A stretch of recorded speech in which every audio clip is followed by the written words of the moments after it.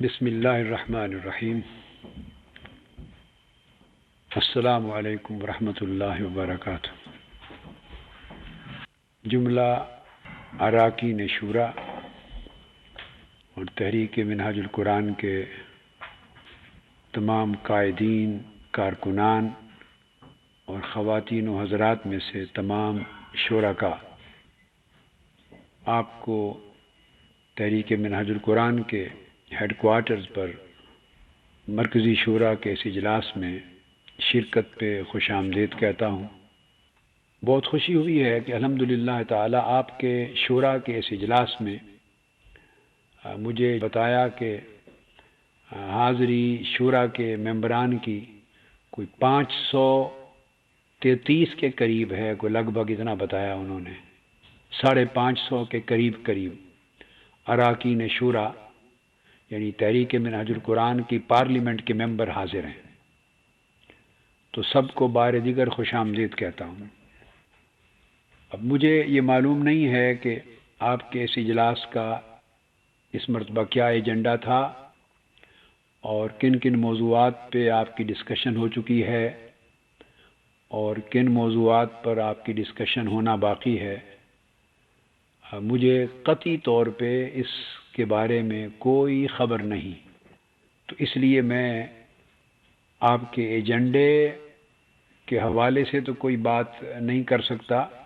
صرف اتنی اطلاع ابھی مجھے پہنچی ہے، انہوں نے پرنٹ نکال کے دیا ہے کہ میلاد النبی صلی اللہ تعالی علیہ وآلہ وسلم کی کانفرنس کے سلسلے میں کہ ممبران شورا میں سے کسی ایک شخص نے، یہ ساتھی نے رائے دی تو اس پر ممبران شورا سے رائے لی گئی اور ممبران شورا نے اتفاق کے رائے سے اب پھر یہ فیصلہ کیا ہے کہ مجھ پر پابندی لگا دی ہے کہ میں نہ آؤں۔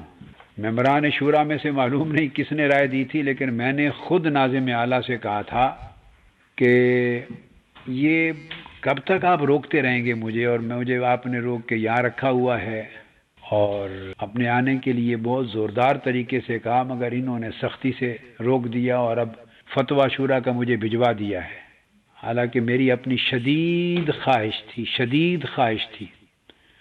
مجھ سے غلطی یہ ہوئی کہ میں اس کا اظہار کر بیٹھا اور میں نے ناظم اعلیٰ صاحب کو کہہ دیا کہ میں آ جاؤں گا۔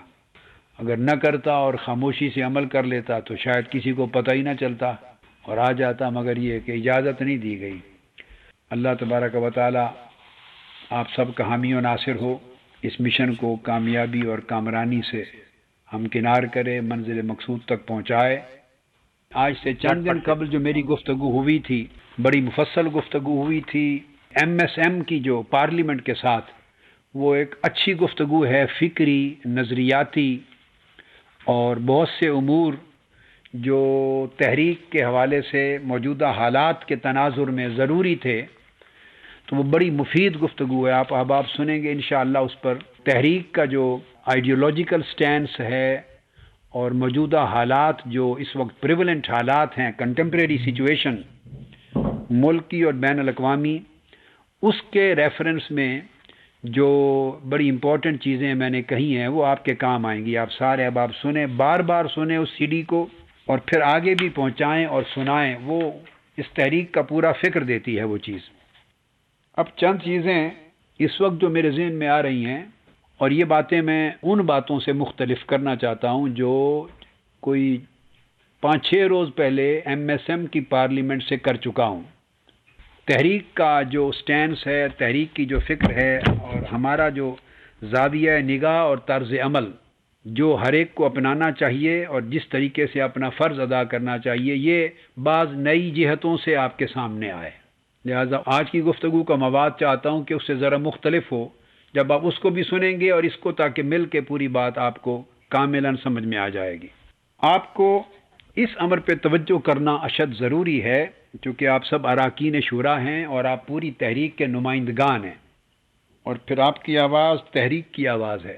آپ نے پورے مشن کو ریپریزنٹ کرنا ہے اور ہر جگہ اپنے فکر کو واضح طریقے سے پیش کرنا ہے، قوم کو بیدار کرنا ہے۔ تو یہ چیزیں اس وقت تک ممکن نہیں ہوتی جب تک آپ کو خود کلیئرٹی نہیں ہے بعض چیزوں پر۔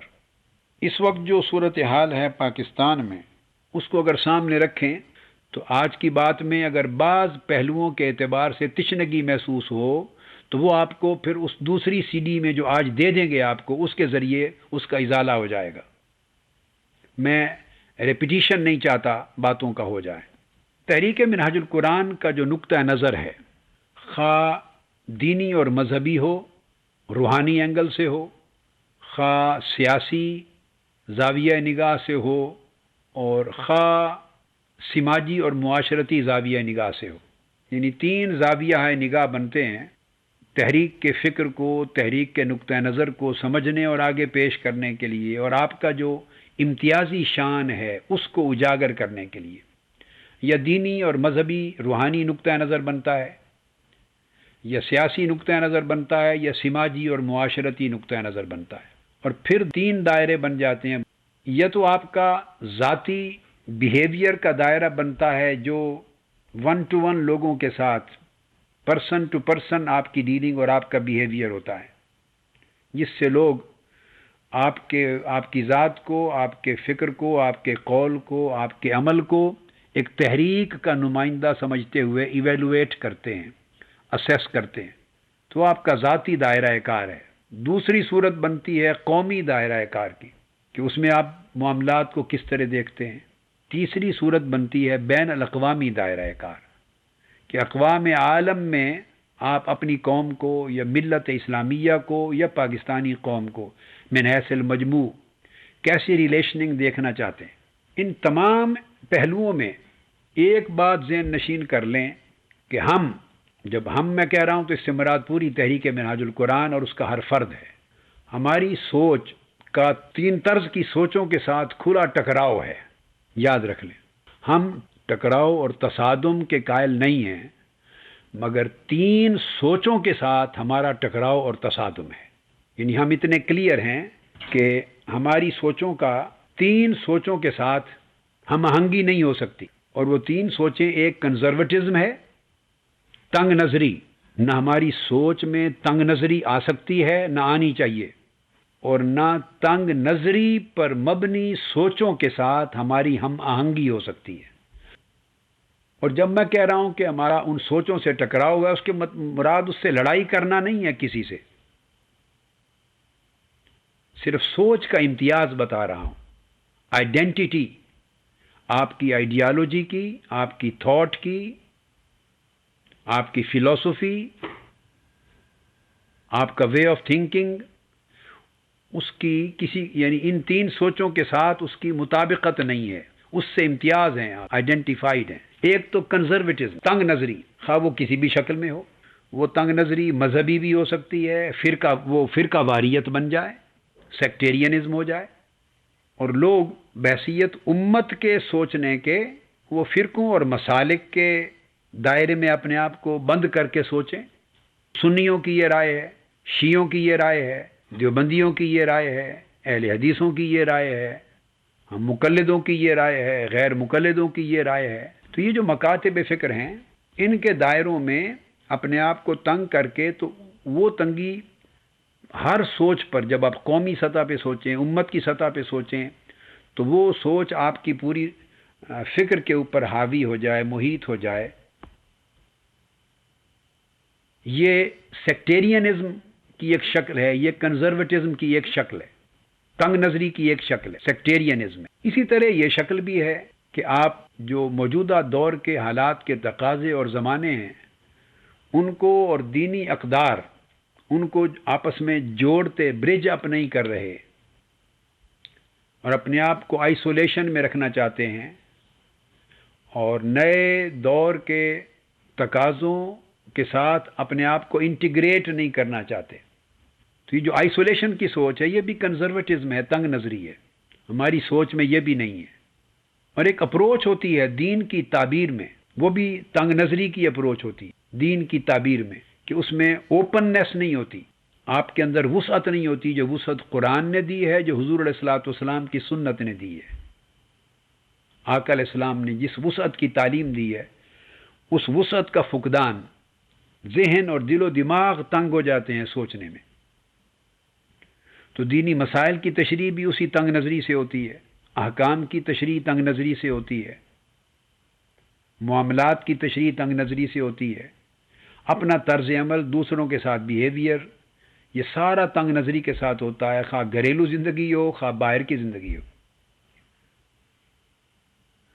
تو ہماری سوچ، تحریک منہاج القرآن کی سوچ میں وہ کنزرویٹزم نہیں ہے، یہ تنگ نظری دراصل پسماندگی ہے سوچ کی۔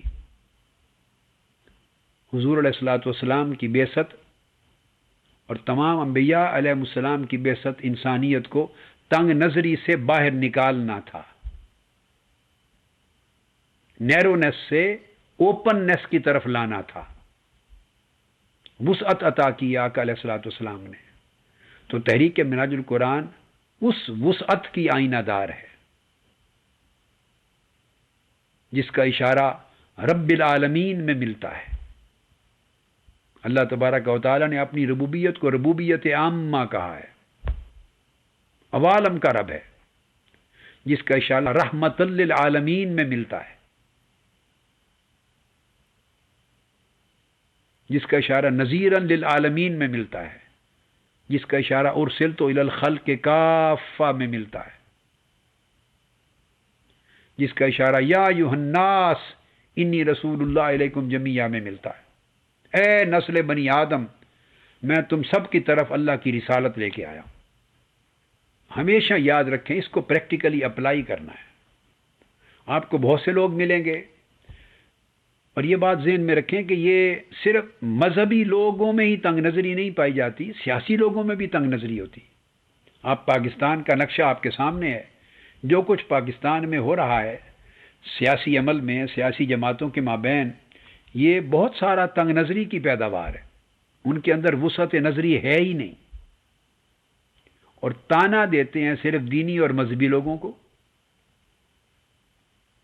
ان کی تنگ نظری مذہبی حوالے سے ہے، سیاسی لوگوں کی اپنی تنگ نظری ہے، عدم برداشت۔ تنگ نظری یہ ہے کہ دوسرے کے لیے انٹالرنس پیدا ہو جائے، دوسرے کو بندہ برداشت ہی نہ کرے۔ اب آپ دیکھ لیں کون برداشت کر رہا ہے پاکستان میں۔ تو یہ تنگ نظری کی مختلف شکلیں ہیں۔ علاقائیت بھی تنگ نظری ہے، یہ بلوچ اور پختون اور پنجابی اور سندھی، ان اصطلاحات میں اور ان تناظر میں سوچنا، یہ بھی تنگ نظری ہے۔ پوری پاکستانی قوم کو چھوٹی چھوٹی قومیتوں میں تقسیم کر کے نام لینا کہ اتنی قومیتوں کے لوگ، یہ چھوٹی چھوٹی، یہ بھی تنگ نظری ہے۔ اب آپ دیکھیں امریکہ میں 50 سے زیادہ سٹیٹس ہیں، مگر وہ سارے کے سارے امریکنز ہیں۔ خود کینیڈا میں 13 کے قریب صوبے اور ٹیریٹریز ہیں، وہ سب کینیڈین ہیں۔ جب انہوں نے سرنڈر کر دیا، کنفیڈریشن ہو گئی، سرنڈر کر دیا اپنی سوورنٹی کو اور ایک سٹیٹ میں شمولیت کر لی، تو وہ ایک قومیت بن جاتی ہے، وہ کینیڈینز ہیں۔ اب برطانیہ میں 4 صوبے ہیں، ان کی ایک اپنی اپنی الگ تاریخ ہے، ہر ایک کی داستان ہے۔ انگلینڈ کی ایک اپنی داستان ہے، اسکاٹ لینڈ کی اپنی داستان ہے، آئرلینڈ کی اپنی داستان ہے، وہ اپنی اپنی ہسٹری ہے ان کی، مگر وہ برٹن کے ہو گئے، سارے برطانوی ہو گئے۔ لوگ وسیع اکائیوں کی طرف بڑھ رہے ہیں، یہ میں پورا میسیج دے رہا ہوں پاکستانی قوم کے لیے بھی، آپ کے ذریعے۔ اب یورپ میں جتنے ملک ہیں اتنی زبانیں ہیں، ڈنمارک کی زبان اور ہے، ناروے کی اور ہے، سویڈن کی اور ہے، فن لینڈ کی ہے، اور جس ملک میں جائیں الگ زبان ہے، پھر ان کی اپنی الگ الگ تاریخ ہے۔ مگر وہ دیکھیں وہ سب یورپین یونین بن گئے، ملک الگ الگ ہیں، کانسٹیٹیوشن الگ الگ ہیں، ایک ہی کرنسی ہے، ایک ہی ویزا بن گیا ان کا، ایک ہی پاسپورٹ ہو گیا۔ تو لوگ چھوٹی چھوٹی اکائیوں کو بڑی اکائیوں میں مدغم کر کے اپنے دائرے کو وسیع کرتے جا رہے ہیں۔ تو جو سمجھ لیں، جو لوگ یا قومیں یا افراد وسعت کی طرف یا وسعت نظر و نگاہ کی طرف جائیں، سمجھے وہ ترقی کی طرف جا رہے ہیں، اور ہم وسعت کو چھوڑ کر تنگ نظری چھوٹی چھوٹی اکائیوں کی طرف جا رہے ہیں۔ میں نے انڈیا کی مثال دی، آپ کے پڑوس میں ہے، اس کی بھی بے شمار سٹیٹس ہیں، درجنوں زبانیں بولی جاتی ہیں، مگر سارے انڈین ہیں، وہاں دنگا فساد نہیں ہے۔ اس کے اسباب ہیں۔ تو بدقسمتی یہ ہے کہ ہمارے ہاں اس قوم کو یہ شعور بھی 63 برس گزر جانے کے باوجود ان کے دل و دماغ میں کوئی لیڈر تو ہوا ہی نہیں ہے۔ بدقسمتی ہے، قائد اعظم کی وفات ہو گئی اور ان کے کولیگز چلے گئے، پھر اس کے بعد لیڈر نہیں ملا پاکستان کو۔ مجموعی طور پہ اس سطح کے لوگ پاکستان کی قیادت سیاسی طور پر کرتے رہے ہیں کہ جن کو بیشتر اوور ویلمنگ میجورٹی جو یونین کونسل یا ضلع کونسل یا تحصیل کونسل یا ٹاؤن اور یہ اس سطح کے ناظم جن کو ہونا چاہیے صلاحیت کے اعتبار سے، اس سے اوپر کے درجے کے لوگ نہیں تھے. میں نے ذکر کیا تھا، یعنی وہ لوگ جن کے پاس ویژن ہی نہیں ہے سرے سے، فیوچرسٹک ویژن تو دور کی بات ہے، پریزنٹ ویژن بھی نہیں ہے، ان کی کوئی منزل ہی نہیں ہے، کوئی ڈائریکشن ہی نہیں ہے، ان کے پاس کچھ نہیں ہے کہ وہ کیا کرنا چاہتے ہیں. تو اس کی وجہ سے پوری کی پوری قوم ہی نہیں بن سکی اور اس قوم کو کردار ہی نہیں مل سکا. اور یہ چیز پوری دنیا میں، پاکستانی جہاں بھی دنیا میں آباد ہیں، اس کا کردار اور اس کا بیہیویئر اور اس کا جو کنٹریبیوشن بدترین ہے بحیثیت انسان کے، بحیثیت ایک قوم کے نمائندے کے. دکاندار ہے تو ایک پاکستانی دکاندار دوسرے کا دشمن ہے، یہاں بھی، وہاں جہاں چلے جائیں. انڈیا کے ہیں اگر دو بیٹھے ہیں تو ایک دوسرے کی جڑ نہیں کاٹیں گے، کچھ رولز ریگولیشنز ہوں گے، کچھ ان کے اصول ہوں گے، اس کی پاسداری کریں گے. یہ تو یہاں عالم ہے کہ ایک چھوٹے سے کونسلر کا الیکشن ہوتا ہے، کونسلر کا، ہندو سکھ بھی کثیر تعداد میں رہ رہے ہوتے ہیں، پاکستانی بھی رہ رہے ہوتے ہیں، وہ آپس میں اکٹھ کر کے ایک بندے کو کھڑا کرتے ہیں، یہاں بھی باہر کی مغربی دنیا ایک بندے کو، اور وہی جیتتا ہے اور وہ صوبائی اور فیڈرل پارلیمنٹ میں بھی جاتا ہے. یہاں پاکستانیوں کی جب باری آتی ہے تو ایک کونسلر کی سیٹ پر بھی 12 پاکستانی کھڑے ہو جاتے ہیں. آپ اندازہ کر لیں کتنا تشدد اور افتراق ہے، کتنی نفسا نفسی ہے، کتنی بے کرداری ہے، کتنی تباہی ہے احوال کی. ایک کونسلر کی سیٹ پہ 12 پاکستانی کھڑے ہو جاتے ہیں، 50 60 70 80 100 ووٹ لے کے سارے ذلیل ہو کے گھر آ جاتے ہیں، اور دوسری قومیتوں کے لوگ جیت جاتے ہیں، وہ مل کے ایک آدمی کو آگے کر دیتے ہیں. پھر کوئی آدمی الیکٹ ہوتا ہے پاکستانی تو وہ یہاں بھی پارٹی بدل لیتا ہے، دوسرے کسی نے کبھی پارٹی نہیں بدلی، یہاں بھی بدل لیتے ہیں. پاکستانی ایک الیکٹ ہو گیا تو وہ پارٹی اپوزیشن چھوڑ کے تو رولنگ پارٹی میں چلا گیا، پارٹی چھوڑ دی. اس طرح کے کردار بھی ہر جگہ دکھاتے ہیں. یہ آئینہ داری کرتی ہے پوری کی پوری قوم کا کہ قوم نہیں ہے، سو اس کا کریکٹر بھی نہیں رہا. اور یہ کریکٹر کہاں سے آتا ہے؟ یہ لیڈر سے، ٹرانسفارمیشن کا ایک پروسیس ہے، اوپر سے آتا ہے. جب لیڈرشپ نہ ہو کسی قوم کی تو پھر وہ اس قوم کو بھی کوئی کردار نہیں ملتا. اوپر جب بے کردار آدمی ہوں تو پھر نیچے کس کو کردار ملے گا؟ اوپر کرپٹ ہوں تو نیچے بھی ساری کرپشن ہوگی. اوپر دیانتدار آ جائیں تو نیچے دیانت اپنے آپ نیچرل پروسیس میں ٹریول کرنے لگ جاتی ہے. تو یہی حال میں نے آپ کو بتایا، کنزرویٹزم ہے کہ پوری قوم چھوٹی چھوٹی اکائیوں میں تقسیم ہو رہی ہے، اور یہ ہوتے ہوتے پھر اس انجام تک جا پہنچتی ہے یہ تنگ نظری کہ پھر ہر بندہ صرف اپنی ذات کا سوچنے لگ جاتا ہے، جماعت کا بھی نہیں سوچتا، خاندان کا بھی نہیں سوچتا، سوسائٹی کا، اجتماعیت کا سوچنا تو دور کی بات ہے. اس کو نفسا نفسی کہتے ہیں، جو قیامت کا منظر ہوگا. تو قیامت کا منظر اس وقت دنیا میں ہماری سوسائٹی میں، پاکستان میں رائج ہو گیا ہے. ہر بندہ اپنی ذات کا مفاد سوچتا ہے، کیونکہ اسے کسی دوسرے پر اعتماد نہیں ہے کہ دوسرا شخص اس کے بھلے کا سوچے گا، اعتماد ہی نہیں ہے. سو سوچتا ہے کہ بس وہی کچھ ہی ہے بھلا جو میں خود اپنے لیے کر لوں، جائز یا ناجائز، کیونکہ کسی دوسرے سے توقع نہیں ہے کسی کے لیے خیر کرے، کسی دوسرے سے توقع ہرگز نہیں ہے کہ وہ خیر کا ارتکاب کرے. اس کے بعد ایک دوسرا زاویہ نگاہ ہے جو اس سے زیادہ خطرناک ہے، وہ ایکسٹریمزم ہے. اس کو انتہا پسندی کہتے ہیں. ہماری سوچ کا اس ایکسٹریمزم کے ساتھ بھی ٹکراؤ ہے، تصادم ہے، کلیش ہے ایکسٹریمزم کے ساتھ. یعنی تحریک منہاج القرآن، ہم لوگ اور ایکسٹریمزم، یہ دو ساتھ ساتھ نہیں چل سکتے. they can't live together, they can't work together. تو ایکسٹریمزم پھر ایک عذاب ہے، ذہنی عذاب ہے، فکری عذاب ہے، نظریاتی عذاب ہے. جنم لیتا ہے یہ کنزرویٹزم سے، تنگ نظری سے ہی جنم لیتا ہے، اور تنگ نظری ہی بڑھ کر جب اس کی آبیاری ہوتی رہتی ہے اس کو کھاد ملتی رہتی ہے، پانی ملتا رہتا ہے، آب و ہوا کے ذریعے پرورش ہوتی رہتی ہے، اور بہت سارے عوامل اس کو پالتے ہیں، تو وہ ایکسٹریمزم بن جاتی۔ اب ہم اپنی سوسائٹی کی بات کرتے ہیں۔ پاکستان میں میری دانست میں آج کے دن تک میں نے ایک حکومت بھی نہیں دیکھی بشمول موجودہ دور کے جس نے اس ملک سے ایکسٹریمزم کو ختم کرنے کی کوشش ہی کی ہو۔ اگر کوئی یہ کہتا ہے تو وہ جھوٹ بولتا ہے، فقط کس بیانی۔ یہ زبانی کلامی دعویٰ ہے، دجل اور فریب ہے، قصہ ہے، سیاسی کلا بازیاں ہیں، شعبدہ بازیاں ہیں۔ ایکسٹریمزم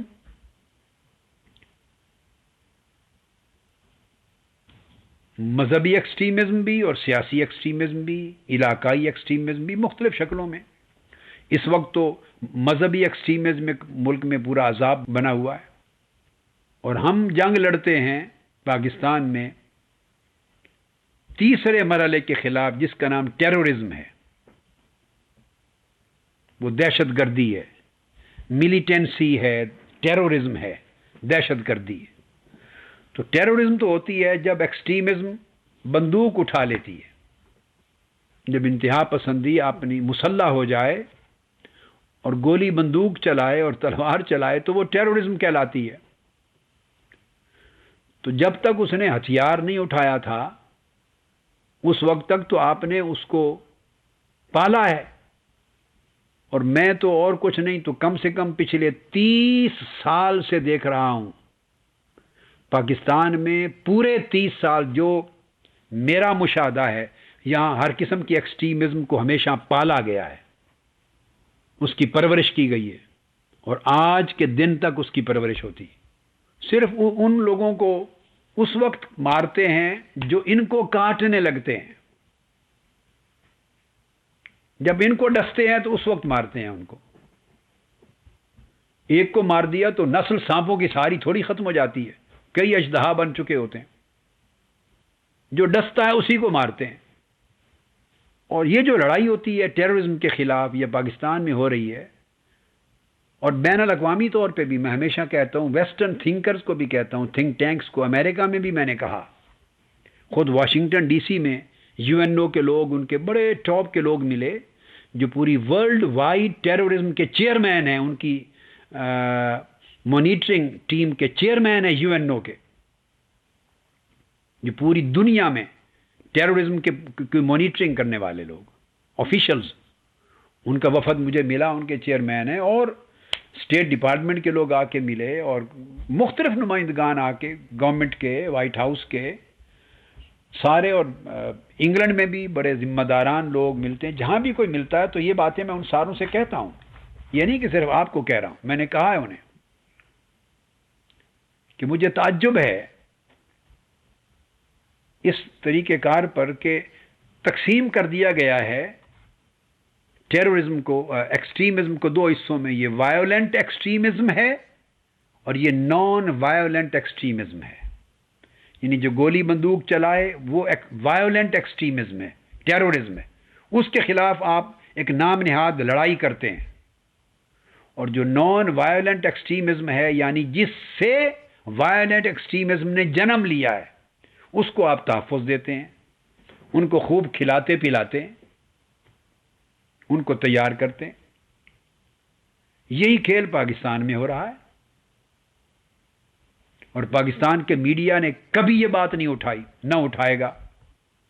گورنمنٹ کے حلقوں نے کبھی نہیں بات اٹھائی، پارلیمنٹ کے فلور پہ کبھی ڈسکس نہیں ہوئی، ایجنسیاں نہیں ڈسکس کرتی، سیاسی لیڈرز کبھی ڈسکس نہیں کرتے۔ یہاں تو جو مسلح دہشت گردی ہے، ٹیررزم، اس کی مذمت بھی خالی کوئی کرتا ہے کہ جائے کہ ایکسٹریمزم نظریاتی دہشت گردی ہے، وہ نظریاتی دہشت گردی ہے، اعتقادی دہشت گردی ہے، فکری دہشت گردی ہے، نظریاتی دہشت گردی ہے، اور ٹیررزم عملی دہشت گردی ہے، جب آدمی قتل و قتال پر اور فساد پر اور خون بہانے پر آ جاتا ہے۔ تو یہ خون بہانے کا عمل، قتل و غارت گری کا عمل ایک رات میں تو نہیں جنم لے لیتا، اس کے پیچھے اس کی اپنی ایک تاریخ ہوتی ہے۔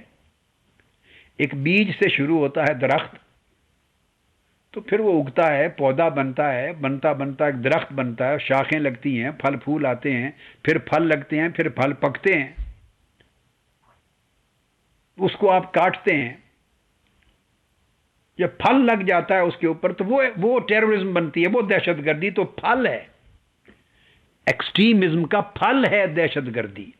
درخت کو آپ نے محفوظ رکھا ہوا ہے، اس کو پانی بھی دے رہے ہیں، کھاد بھی دے رہے ہیں، مالی بھی رکھے ہوئے ہیں، اس کی حفاظت رہے تو وہ تو پھل دیتا رہے گا۔ آپ 100 بار کاٹتے رہیں گے تو اس کا کام ہی یہی ہے، پھل دیتا رہے، آپ کاٹتے رہیں، وہ پھر پھل دے گا، ہر موسم میں پھل دے گا۔ وہ اتنا ہی گیپ آتا ہے جتنا ایک فصل اور ایک بار کا پھل کاٹنے کا اگلے پھل آنے تک جو گیپ ہوتا ہے اس میں گیپ آتا رہتا ہے۔ تو یاد رکھ لیں کہ ہماری سوچ جو ہے تحریک منہاج القرآن کی، اس سوچ کی ان 3 سوچوں کے ساتھ مطابقت نہیں ہے۔ سب سے کم تر نقصان دہ چیز ہے اپیرنٹلی ہے بنیاد۔ تو کنزرویٹزم، تنگ نظری نہیں ہے ہمارے اندر، نہ ہونی چاہیے۔ ایکسٹریمزم نہیں ہے ہمارا شعار، نہ ہونا چاہیے۔ ٹیررزم نہیں ہے ہمارا شعار، نہ ہونا چاہیے۔ اور ان تینوں سوچوں کے خلاف ہماری جنگ ہے، مگر ہماری جنگ فکری جنگ ہے، نظریاتی جنگ ہے، آئیڈیولوجیکل، ایکڈیمک، فلسفیکل وار ہے، فکر اور دعوت اور تبلیغ اور عمل کی وار ہے۔ اب یہ جو 3 چیزیں میں نے آپ کو بتائیں، یہ میں نے جنرک نیمز بتائے ہیں۔ جب آپ میڈیسن خریدتے ہیں، لینے جائیں نا میڈیسن، تو ایک ہوتا ہے جس کو آپ کہتے ہیں، کمپنی جب بناتی ہے تو اس کا ٹریڈ نیم ہوتا ہے۔ تو مختلف کمپنیاں جب وہی ایک دوائی بناتی ہیں تو ہر کمپنی اس کا نام الگ الگ رکھتی ہے، ہر کمپنی الگ نام رکھتی ہے۔ تو وہ ڈیفرنٹ ٹریڈ مارکس اور ڈیفرنٹ ٹریڈ نیمز کے ساتھ وہ دوائی، مثلا اگر 5 کمپنیاں بنا رہی ہیں تو 5 مختلف نام ہوں گے، مگر ہر ایک کے نیچے بریکٹ میں دیکھیں گے تو جنرک نیم ایک ہی ہوگا، مطلب اس کا فارمولا ایک ہے۔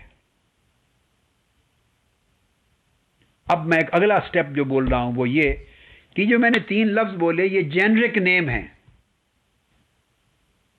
اور ہر سٹیج پر ان کے ٹریڈ نیمز الگ الگ ہوتے ہیں، وہ میں مینشن نہیں کرنا چاہتا۔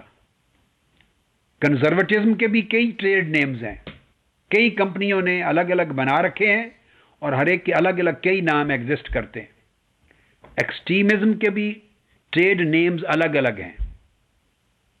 جنرک نیم اس کا ایکسٹریمزم ہے، مگر اس کی شیپس، اس کی فارمیٹس، اس کے ٹریڈ نیمز مختلف ہیں۔ اور ٹیررزم جب آتی ہے تو پھر وہ ایک ہو جاتی ہے، مگر ٹھیک ہے کہ اس کی تنظیمیں کئی ناموں سے ایگزسٹ کرتی ہیں۔ اب اس کے برعکس ہماری جو سوچ اور ہماری تحریک منہاج القرآن کی فکر ہے، اس کا خاصہ کیا ہے؟ اس کا خاصہ کنزرویٹزم کے مقابلے میں ہمارا اوپننس ہے، ٹالرنس اینڈ اوپننس۔ اب تینوں کے مقابلے میں بتاتا ہوں۔ جب تنگ نظری آتی ہے، اس کے مقابلے میں ہماری جو تحریک منہاج القرآن کی فکر کا جو شان امتیاز ہے وہ ٹالرنس اور اوپننس ہے۔ اس میں فریڈم آف تھاٹ بھی ہے، مگر freedom of thought absolute freedom نہیں ہے جس کی کوئی لمٹ ہی نہ ہو، مطلق آزادی نہیں ہے جس کا کوئی حد بندی نہیں ہے۔ آزادی فکر بھی ہے، مگر ٹالرنس ہے، برداشت ہے، اور اوپننس ہے، وسعت ہے، کھلا پن ہے۔ اب یہ کھلا پن آپ لوگوں کے فکر میں بھی ہونا چاہیے، آپ کے دلوں میں ہونا چاہیے، آپ کے طرز عمل میں بھی ہونا چاہیے، آپ کے بیہیویئر میں بھی اوپننس ملنی چاہیے، گفتگو میں بھی، سوچ میں بھی، معاملات میں بھی۔ یہ تو ہے کنزرویٹزم، تنگ نظری کے مقابلے میں ہماری جو امتیاز ہے ہمارے فکر کی۔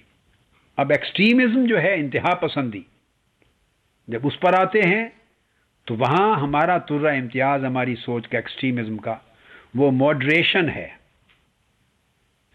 اور ایک لفظ میں نے پچھلی بار بولا تھا، صرف اس لفظ کو آج میں یوز کروں گا، تو وہ کمبینیشن ہے ہمارا ایکسٹریمزم جو ہے اس کے مقابلے میں ہماری تھاٹ کمبینیشن ہے ماڈریشن کی، یعنی وسطیہ اور اعتدال، توسط، میانہ روی اور اعتدال، اور ماڈرنزم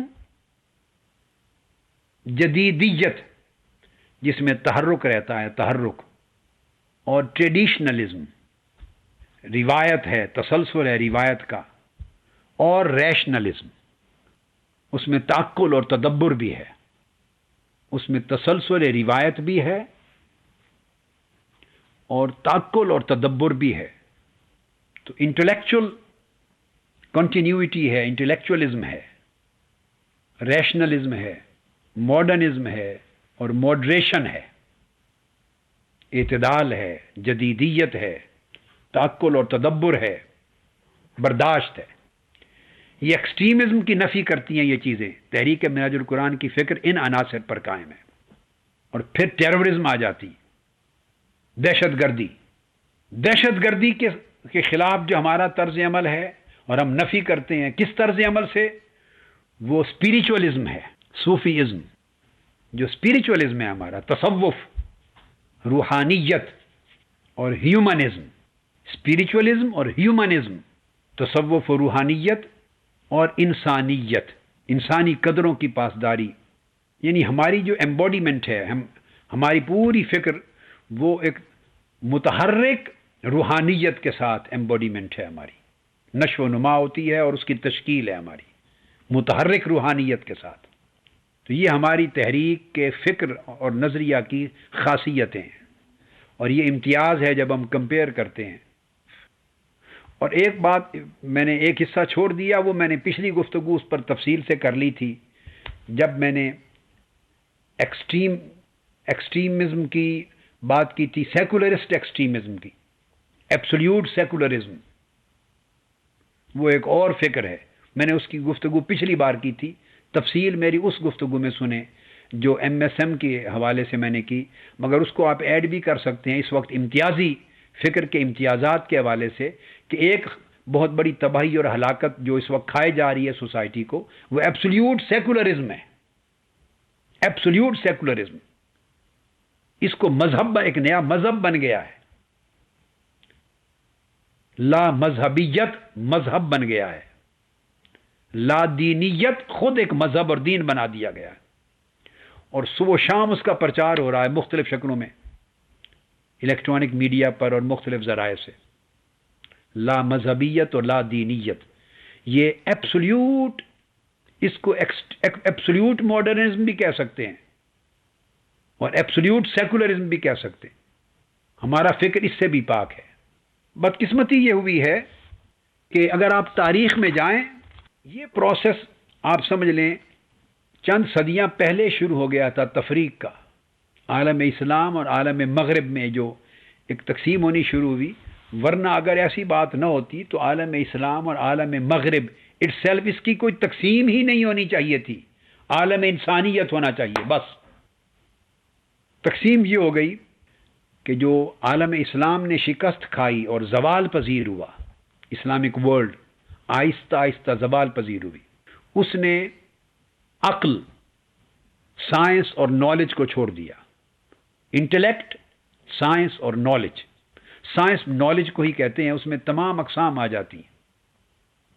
تو عالم اسلام نے ترک کر دی انٹلیکٹ اور سائنس کو، یعنی عقل کا سفر اور سائنس کا سفر، علم کا سفر اس نے چھوڑ دیا، اور اب تک چھوڑے ہوئے۔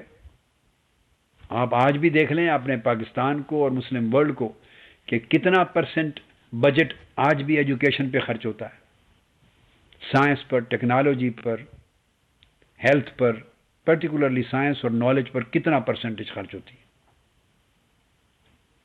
اور پھر جو کچھ ہوتا ہے وہ دنیا میں نالج کی جو رفتار ہے اس سے کتنا پیچھے ہے، اس ہم آہنگی بھی نہیں ہوتی۔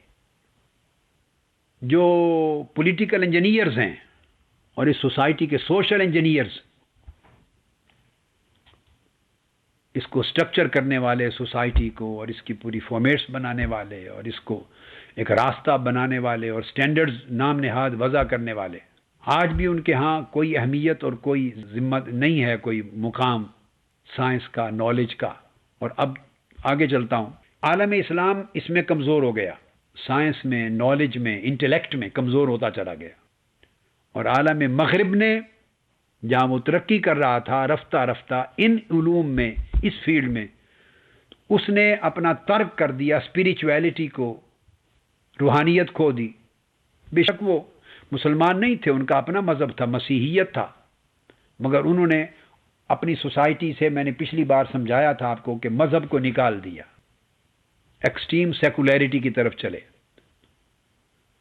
اور اسپریچویلٹی نکال دی، روحانیت کو نکال دیا، مابعد طبیعاتی عقائد کو نکال دیا، اور جو روحانی اور اخلاقی دائمی ویلیوز تھیں، جس کو ایٹرنل ویلیوز کہتے ہیں، جو انویریبل ویلیوز ہوتی ہیں، غیر متغیر اقدار، غیر متغیر اقدار دین دیتا ہے، روحانیت دیتی ہے، اخلاق دیتا ہے، ان کو ترک کر دیا، ٹوٹلی ترک کر دیا، اور ہر چیز متغیر ہو گئی اور مادی ہو گئی، روحانی کی بجائے مادی ہو گئی، تو انہوں نے روحانیت کو نکال دیا۔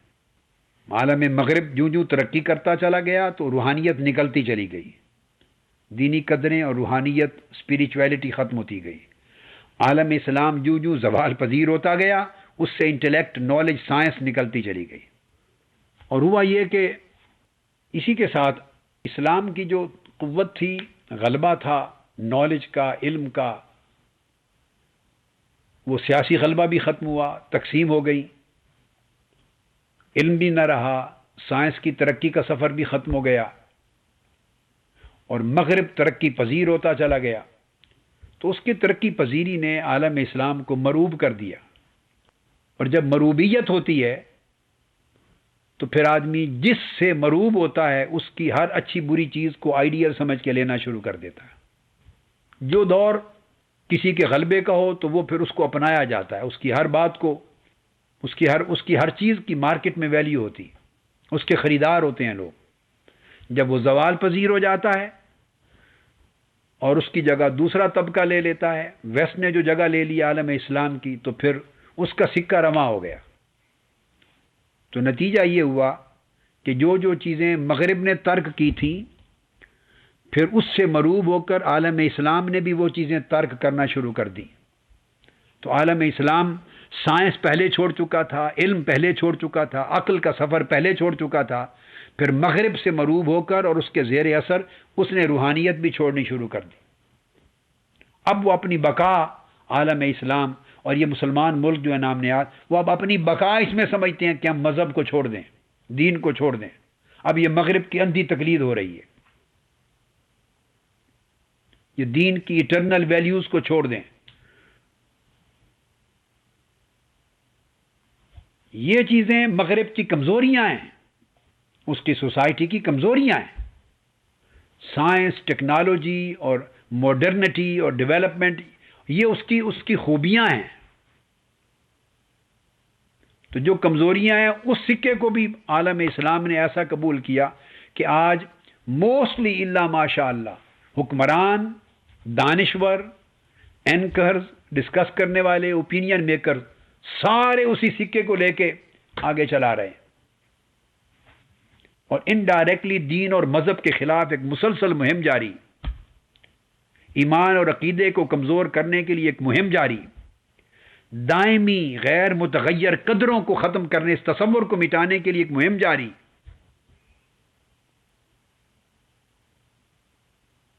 تو نتیجہ یہ ہوا کہ جو اپنی اچھائیاں تھیں وہ بھی ڈوب گئیں، چھوڑ بیٹھے،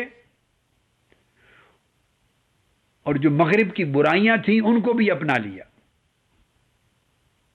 اپنی اچھائیاں خود چھوڑ دی تھی اور مغرب کی کمزوریاں بھی لے لیں سودے میں، اور جو مغرب کی اچھائیاں ہیں اس کی طرف نظر اٹھا کے نہیں دیکھی کہ سائنس پر توجہ دیں، نالج، علم پر توجہ دیں، انسٹیٹیوشنز پہ توجہ دیں، اور سوسائٹی کے انسانی حقوق پر توجہ دیں۔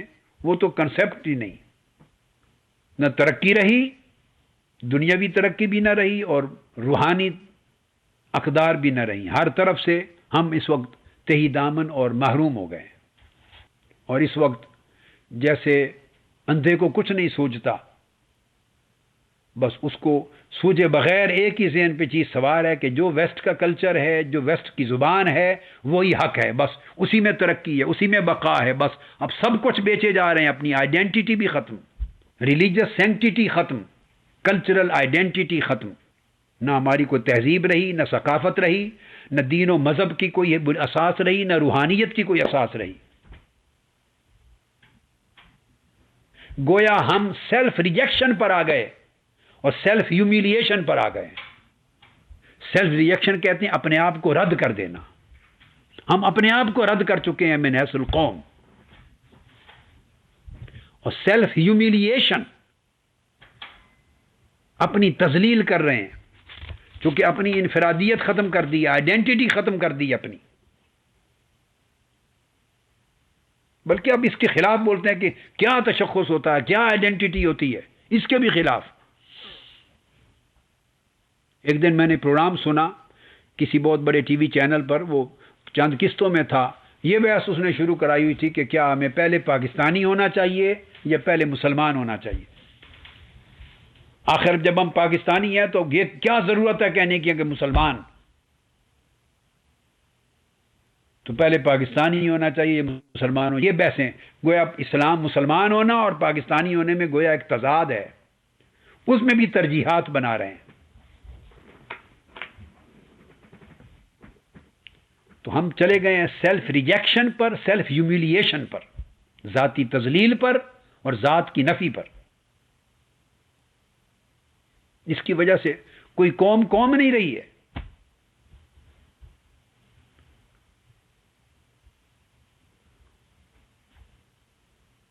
اب اس اندھیری رات میں جہاں آندھی بھی ہے، طوفان بھی ہے، کوئی سوچ بھی کہ چراغ بھی نہیں جل رہے، اندھیری رات ہے، اس میں ہم اپنی فکر کا چراغ جلا رہے ہیں، اپنی سوچ کا چراغ جلا رہے ہیں، ایک سٹرگل کر رہے ہیں، ایک سٹرگل ہے ہماری۔ میں کبھی کبھی سوچتا ہوں ان حالات میں جہاں ایک ایسا ہنگامہ ہے کہ عقل اور شعور کی بات سننے والا ہی کوئی نہیں، کئی بار میں سوچتا ہوں کہ بالفرض ان حالات میں میں یہیں ہوتا پاکستان میں تو میری ایکٹیویٹیز کیا ہوتی۔ پاکستان میں تنہا سفر کرنا، سٹرگل کرنا، اس کا ماحول ہی نہیں ہے، نہ پہلے تھا نہ اب ہے، کیونکہ اس بولی کا ابھی کوئی سوداگر ہی نہیں، قوم ہی نہیں ہے اس بولی کو سننے والی، کوئی ٹی وی چینل ہی اس بات کو سننے سمجھنے کے لیے تیار نہیں، اس کو ایئر کرنے کو تیار نہیں ہے۔ تو ہم اگر بقا یہ کہتے کہ تنہا رہنے میں تو بقا ہی کوئی نہیں ہے، اگر ہم اپنی اجتماعی بقا چاہتے تو پھر ان کے ساتھ مل کے چل رہے ہوتے، اور اگر ان کے ساتھ مل کے چلنے میں بقا نہ سمجھتے تو لوگ کہتے، یہ ہمارے کارکن کہتے تنہا رہ گئے ہیں ہم، تو بس یا وہ بقا ہوتی جس میں کچھ بھی باقی نہ رہتا، یا تنہا ہوتے۔ تو ہم تو دونوں صورتوں میں تنہا ہیں۔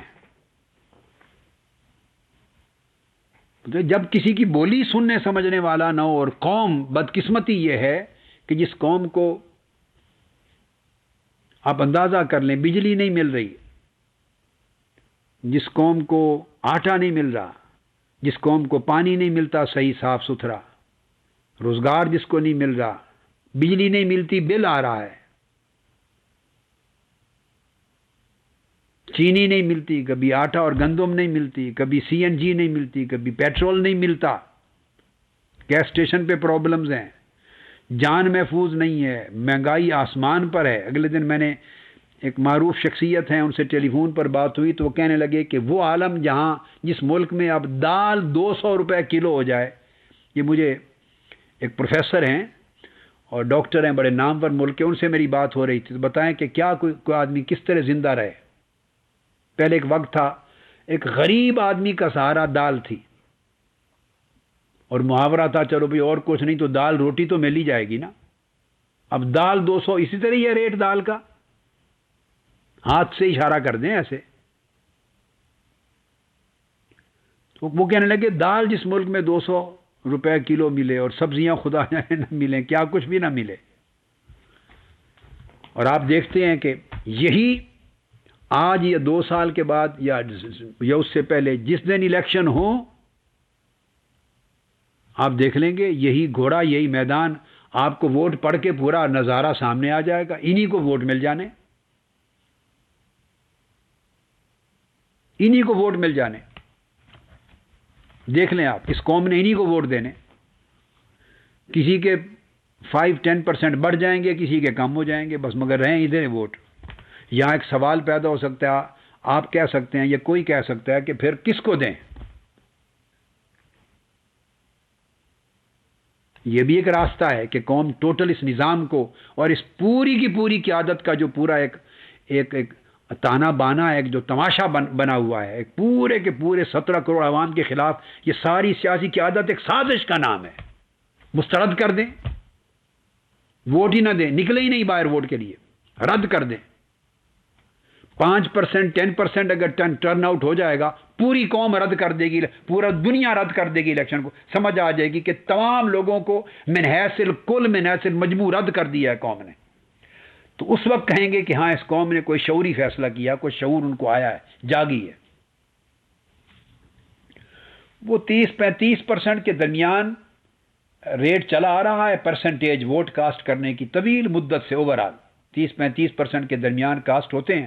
جس دن الیکشن ہو آپ گن لیں یہی پرسنٹیج ہوگی، بس اتنے ہی کاسٹ ہوں گے، اور جس کو جتنے ملتے ہیں 5-10% تھوڑے سیٹوں کی پلس مائنس کے ساتھ انہی کو مل جانے ہیں، دیٹس اٹ۔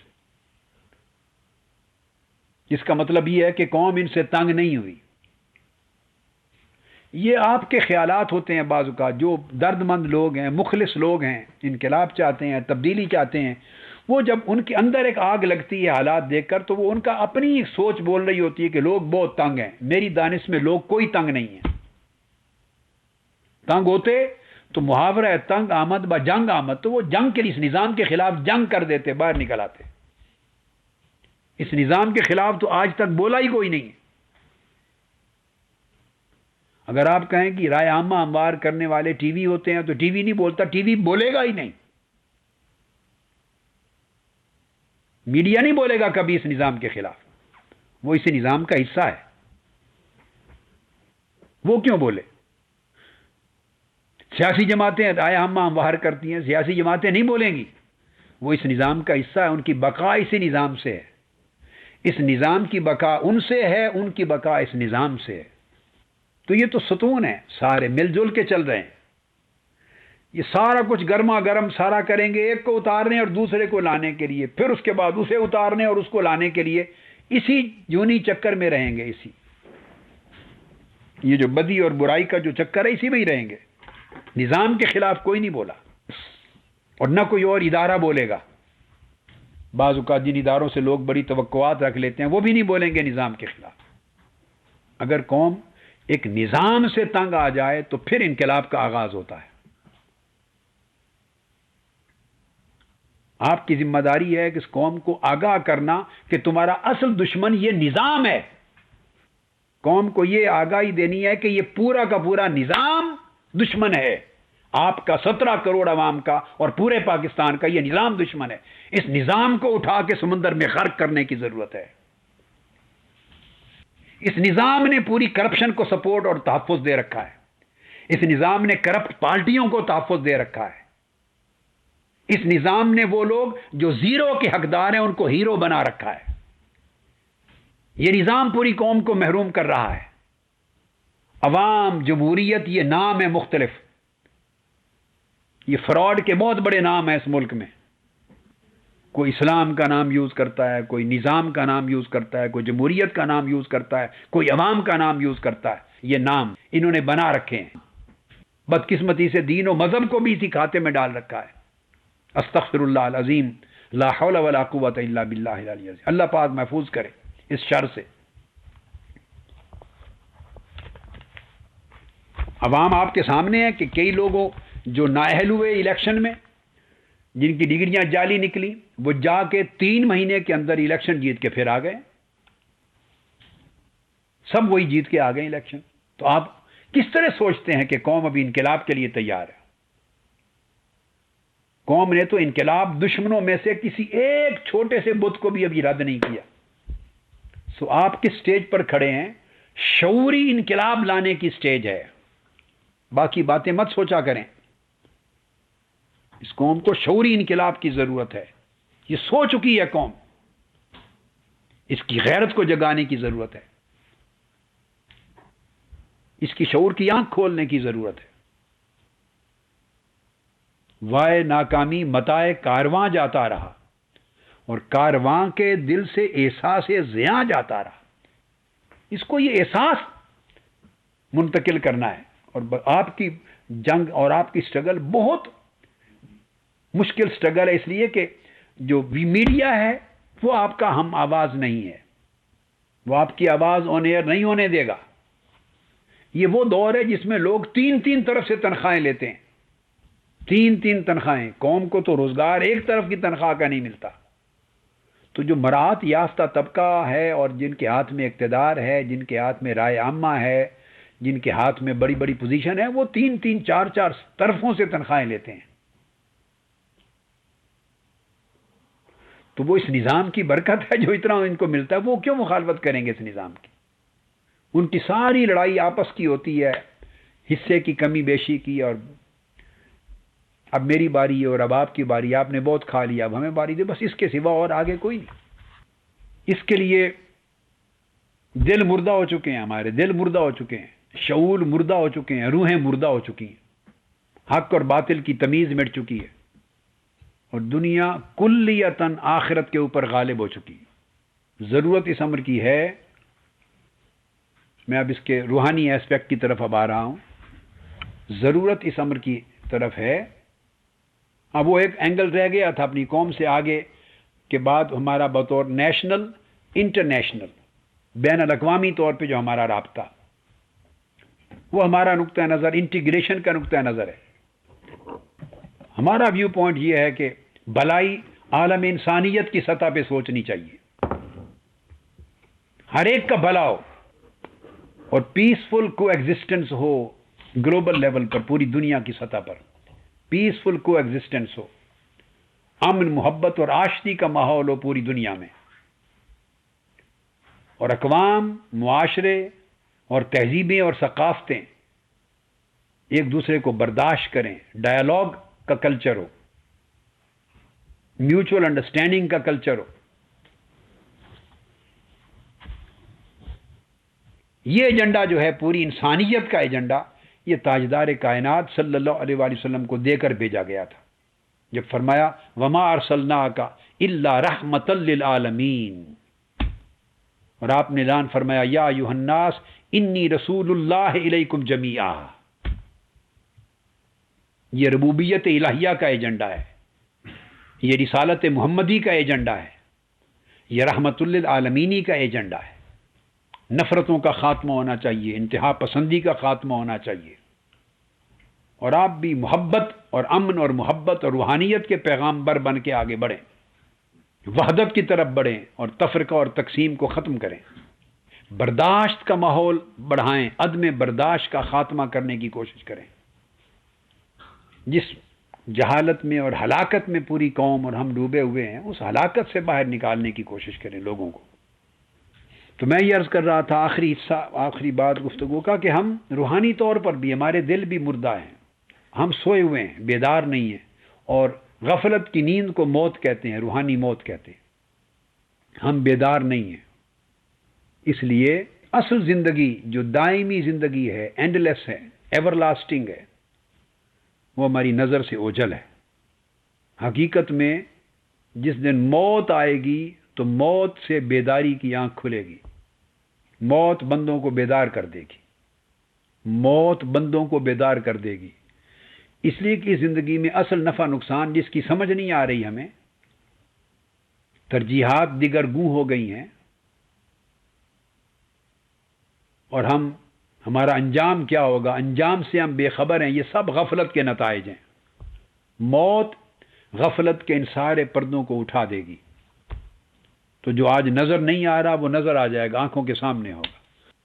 کفار کا بھی یہ عالم ہے کہ جو وہ نہیں مانتے تھے قیامت کے دن وہ مان جائیں گے، اللہ کو نہیں مانتے تھے قیامت کے دن مان جائیں گے، جنت و دوزخ کو نہیں مانتے قیامت کے دن مان جائیں گے. حساب و کتاب کو نہیں مانتے، قیامت کے دن مان جائیں گے. ہر وہ حقیقت جس کا وہ انکار کرتے ہیں، قیامت کے دن ہر وہ حقیقت جب آنکھوں کے سامنے آ جائے گی مان جائیں گے. اس وقت وہ ایمان لائیں گے اس پر، مگر وہ مشاہدہ کی بنیاد پر لایا ہوا ایمان ان کے کام نہیں آئے گا. جب انجام اپنا دیکھ لیں گے تو اس انجام کو دیکھ کر جو ایمان لائیں گے کام نہیں آئے گا. جیسے فرعون آخر وقت میں ایمان کا اس نے اعلان کر دیا تھا جب ڈوب رہا تھا اور اسے موت نظر آ رہی تھی، اور موسیٰ علیہ السلام کی کامیابی کو اس نے دیکھ لیا تھا. تو ڈوبتے ہوئے موت کے سمندر میں غرق ہوتے ہوئے اس نے اعلان کر دیا تھا میں ایمان لاتا ہوں، لیکن وہ ایمان اس کو نفع نہ دے سکا. تو موت کے بعد تو بندے کو سب کچھ نظر آ جانا ہے، مگر اس وقت جب مانے گا وہ ماننا اس کو نفع نہیں دے گا. وہ بیداری نفع نہیں دے گی، وہ بیداری فائدہ مند نہیں ہوگی. فائدہ مند اور نفع بخش وہی بیداری ہے جو مرنے سے پہلے نصیب ہو جائے. آج کی بیداری نفع بخش ہے، فائدہ مند ہے. اس لیے اولیاء اللہ ان کا ایک نعرہ ہے، سلوگن ہے، ان کا ایک مینیفیسٹو ہے. وہ تعلیم دیتے ہیں، کہتے ہیں موتو قبل ان تموتو، مرنے سے پہلے مر جاؤ. مرنے سے پہلے مر جاؤ کا مطلب یہ ہے کہ مرنے کے بعد جو بیداری تمہیں نصیب ہونی ہے وہ مرنے سے پہلے اختیار کر لو. وہ بیداری آج بیدار ہو جاؤ. آج کا بیدار ہونا نفع بخش ہے.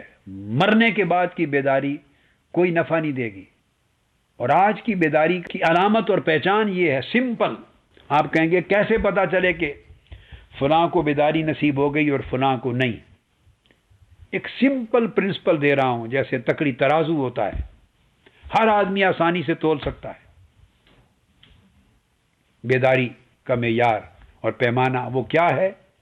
بس اپنی زندگی میں دنیا کو بھی دیکھو اور آخرت کو بھی دیکھو. اس وقت جو ہماری زندگی گزر رہی ہے انفرادی طور پہ بھی اور اجتماعی طور پہ، اس میں آخرت بھولے ہوئے ہیں اور ہماری آخرت دنیا کے تابع ہی کیا ہے بلکہ آخرت سرے سے بھولے ہوئے ہیں.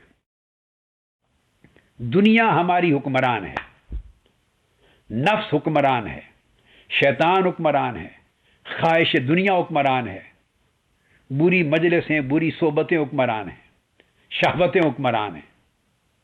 یعنی جو ہمارے دشمن تھے وہ ہمارے دوست ہیں. اس وقت نفس ہمارا دشمن تھا، سب سے بڑا دشمن شیطان تھا، وہ ہمارا دوست ہے. بہت بڑا دشمن ہمارا نفس تھا، ان النفس لامارۃ بالسوء. شیطان عدو مبین ہے، نفس امارۃ بالسوء سب سے بڑا دشمن ہے. خواہشات اور شہوات نفسانی ہماری دشمن ہیں. بری صحبتیں، بری دوستیاں، بری مجلسیں دشمن ہیں. مگر ہم سب انہی چار چیزوں کے تابع ہیں. ہماری پوری زندگی کی لگام ان چار چیزوں کے ہاتھ میں ہے. آخرت کا رول ہماری اس دنیا کی زندگی میں دور دور تک کہیں نہیں ہے. آخرت کا انفلوئنس ہماری لائف پہ نہیں ہے. اب میں نے بات کہی کہ یہ پہچان کیسے ہو کہ بیداری نصیب ہو گئی. سمپل سا فارمولہ دیتا ہوں، اور وہ یہ: دنیا ترک نہیں کرنی. دنیا میں ہمیں اللہ نے بھیجا ہے، پیدا کیا ہے،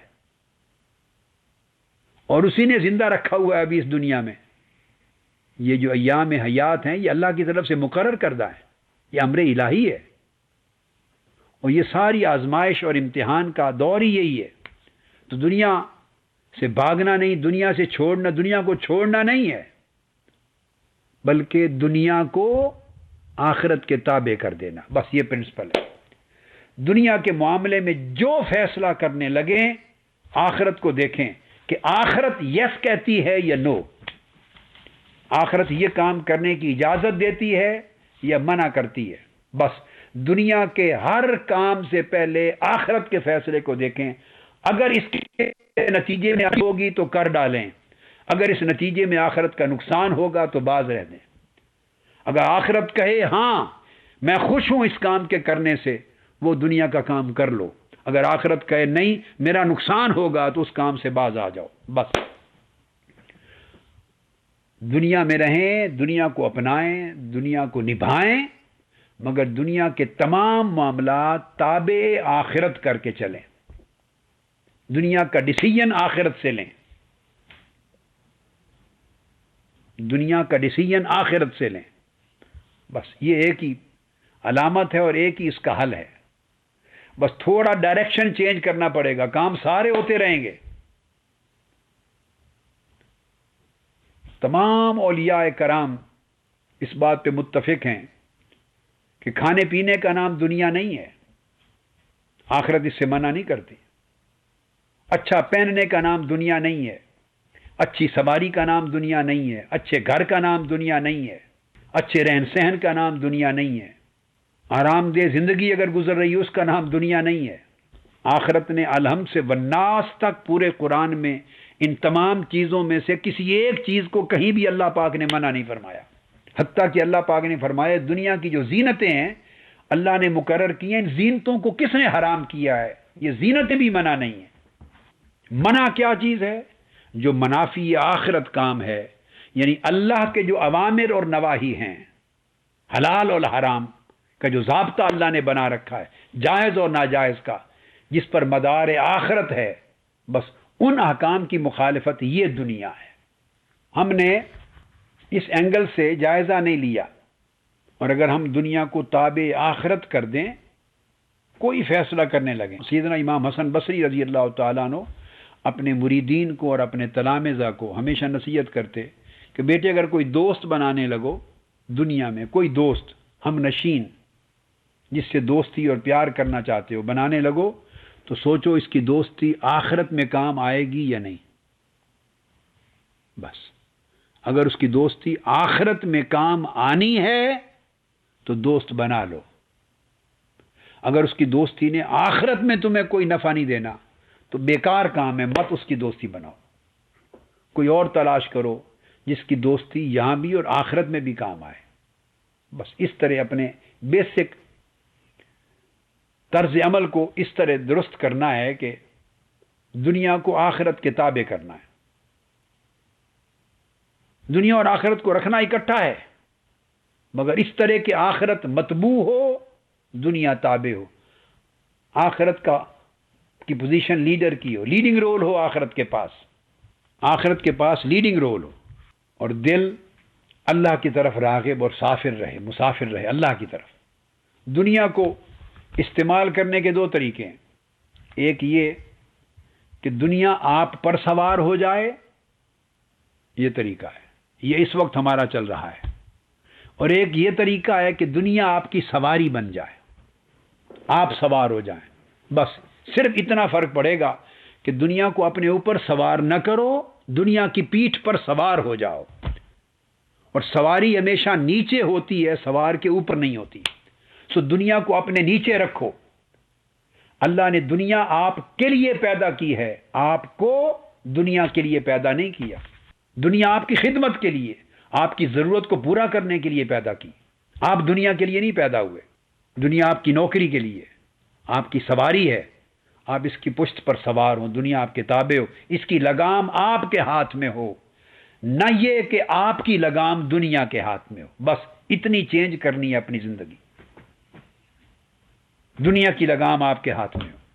بس اس وقت ہماری لگام دنیا کے ہاتھ میں ہے، ہماری لگام نفس کے ہاتھ میں، شیطان کے ہاتھ میں، دنیا کے ہاتھ میں، اور اس طرح دیگر دنیاوی آسائشوں کے ہاتھ میں.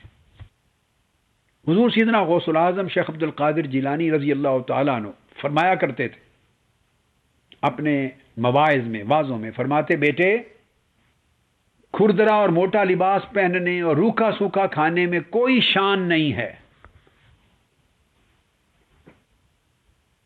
کہ کوئی روکھا سوکھا کھاتا ہے، بڑا سادہ کھاتا ہے، کھردرا لباس پہنتا ہے، موٹا لباس پہنتا ہے، پیوند لگے لباس پہنتا ہے. فرمایا اس میں نہ کوئی فقر ہے، نہ زہد ہے، نہ تقوی ہے، نہ روحانیت ہے، نہ ولایت ہے.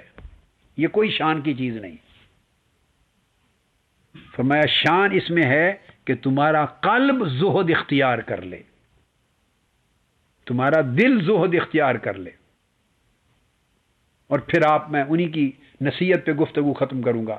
آپ اپنے مواعظ حسنہ میں ارشاد فرماتے، اپنی مجالس میں حضور سیدنا غوث العظم شیخ عبد القادر جیلانی رضی اللہ تعالیٰ عنہ فرمایا کرتے کہ اگر دل کو زہد نصیب ہو جائے، دل رغبت دنیا سے پاک ہو جائے، دنیا کے حرص و لالچ سے پاک ہو جائے، اور دل دنیا کے تابع نہ رہے، اور دنیا کے پیچھے ذلیل و خوار ہو کے مارا مارا پھرنے والا نہ رہے، دل دنیا سے بے نیاز ہو جائے، تو پھر آپ فرماتے کہ صاحب بیٹو، اپنی ہم مجلسوں کو کہتے، بیٹو طرح طرح کی غذائیں کھاؤ مگر زہد کے ہاتھ سے، پھر یہ دنیا داری نہیں ہوگی، نہ کہ رغبت کے ہاتھ سے، رغبت اور چاہت کے ہاتھ سے نہیں، زہد و بے نیازی کے ہاتھ سے کھاؤ، جو چاہو کھاؤ حلال۔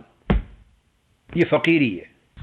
آپ فرماتے جو شخص ہنسو، دنیا میں رہو، انواع و اقسام کا کھانا کھاؤ، حلال ذرائع سے آسائش کی زندگی میں رہو، جو نصیب اللہ پاک ربنا آتنا فی الدنیا حسنۃ وفی الآخرۃ حسنۃ، اللہ نے جو دنیا کی حسنات آپ کے نصیب میں لکھی ہیں ان کو استعمال کرو، مگر صرف یہ کہ قلب ان سے بے رغبت ہو اور قلب اللہ کی طرف جڑا رہے، اللہ کی طرف رہے، آپ کے دل پر ان کا حرص نہ ہو، لالچ نہ ہو، طلب نہ ہو، رغبت نہ ہو، دل ان کے لیے ذلیل و خوار نہ ہو، آخرت نگاہ کے سامنے رہے، دنیا آپ کے پیچھے پیچھے چلے۔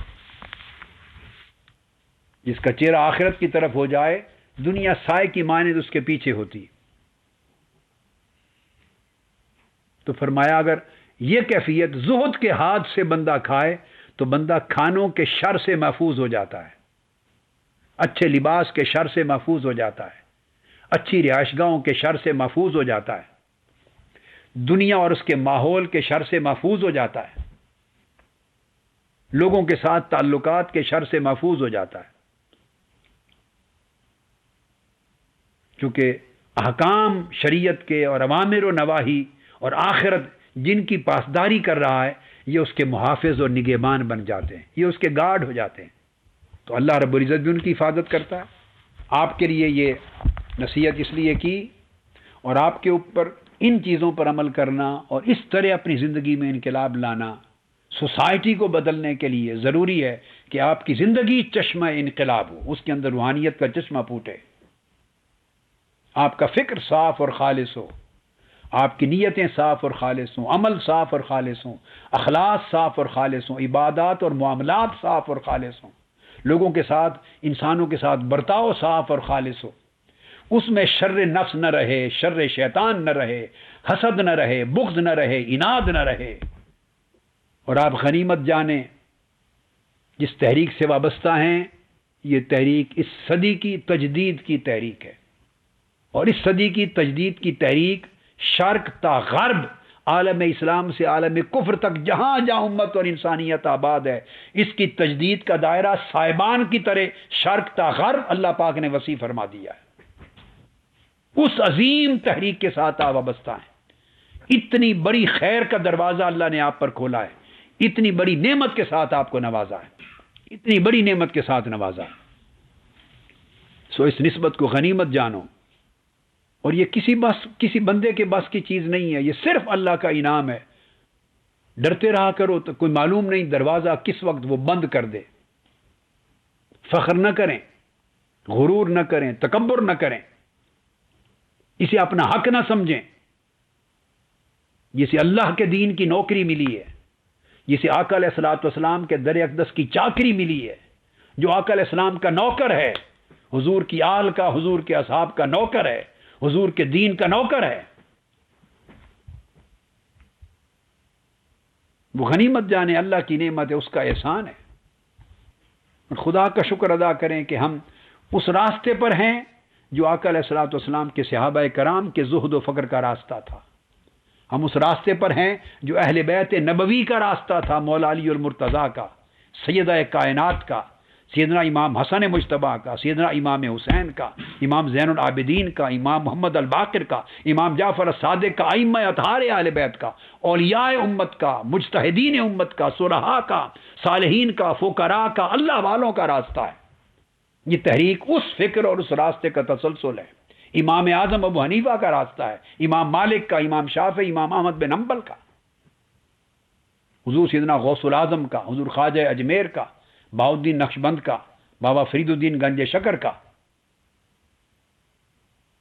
یہ اکابر ہستیوں کی راہ ہے۔ ہر دور میں مختلف ہستیوں کو دین کی تجدید سونپی گئی۔ یہ تحریک منہاج القرآن اس تسلسل کا حصہ ہے۔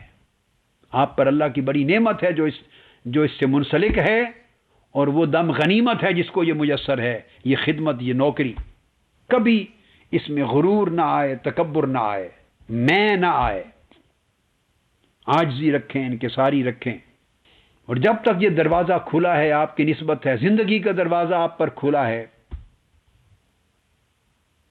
کوشش کریں کہ اس سے جتنا کچھ بساط بر ہو سکے یہ نوکری کر جاؤ۔ اور یہ آپ کی کاوشیں، یہ گناہوں کے لیے توبہ بھی ہیں، اگر صدق اور اخلاص پر مبنی۔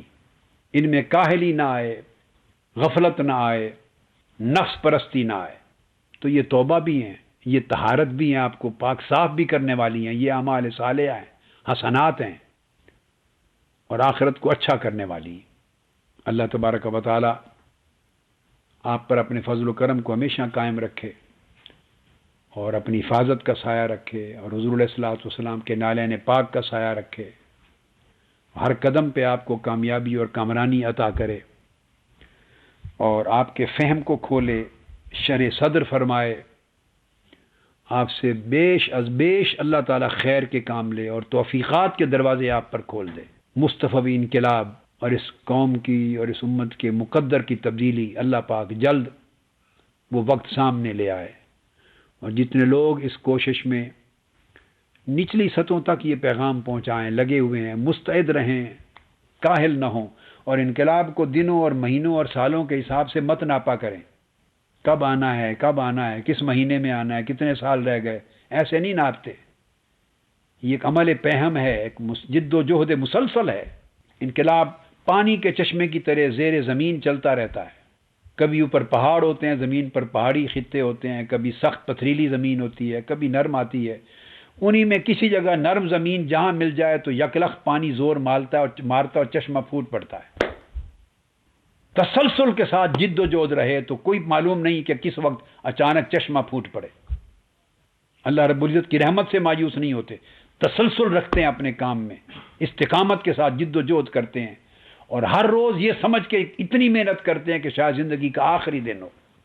اور کم سے کم میں نے بتایا کہ 1 کروڑ افراد آپ کے پیغام کو قبول کرے، ہم نوا ہو، کھڑا ہو، اور شعور بیدار کریں اس قوم کا، اور اس سے پہلے وہ روحانی شعور اپنے اندر پیدا کریں جو آپ کو مایوسیوں سے نکال دے، بے یقینیوں سے نکال دے، اور پختہ عزم دے دے، پختہ یقین دے دے، اور کبھی چلتے ہوئے اور بھاگتے دوڑتے آپ کے قدموں میں تزلزل لغزش نہ آئے۔ اللہ تبارک و تعالی ہمارا حامی و ناصر ہو، اور حضور علیہ الصلوۃ والسلام کی رحمت ہمارے شامل حال ہو، آپ کے نالین پاک کا سایہ ہمارے سب کے سروں پر رہے، اور اللہ پاک کی مدد و نصرت اور فضل و رحمت اور بخشش کا سایہ ہمارے سر پہ رہے، اور اللہ پاک خیر کرے پاکستان کی، عالم اسلام کی، اور پورے عالم انسانیت کی۔ اور اہاریان شورا کو بار دیگر سلام بھی کہتا ہوں، اور دعائیں دیتا ہوں آپ کو کہ اللہ آپ کو کامیابی دے، اور اس اجلاس میں آنا، واپس جانا، لمحہ لمحہ آپ کا اللہ کے حضور عبادت تصور ہو، چونکہ آپ ایک عظیم خیر کی تعمیل و تکمیل کے لیے آئے ہوئے ہیں۔ والسلام علیکم ورحمۃ اللہ وبرکاتہ۔ اراکین شورا کی طرف سے، تمام قائدین کی طرف سے، بہنوں کی طرف سے، بیٹیوں کی طرف سے آپ کا بہت شکریہ۔ ماشاء اللہ۔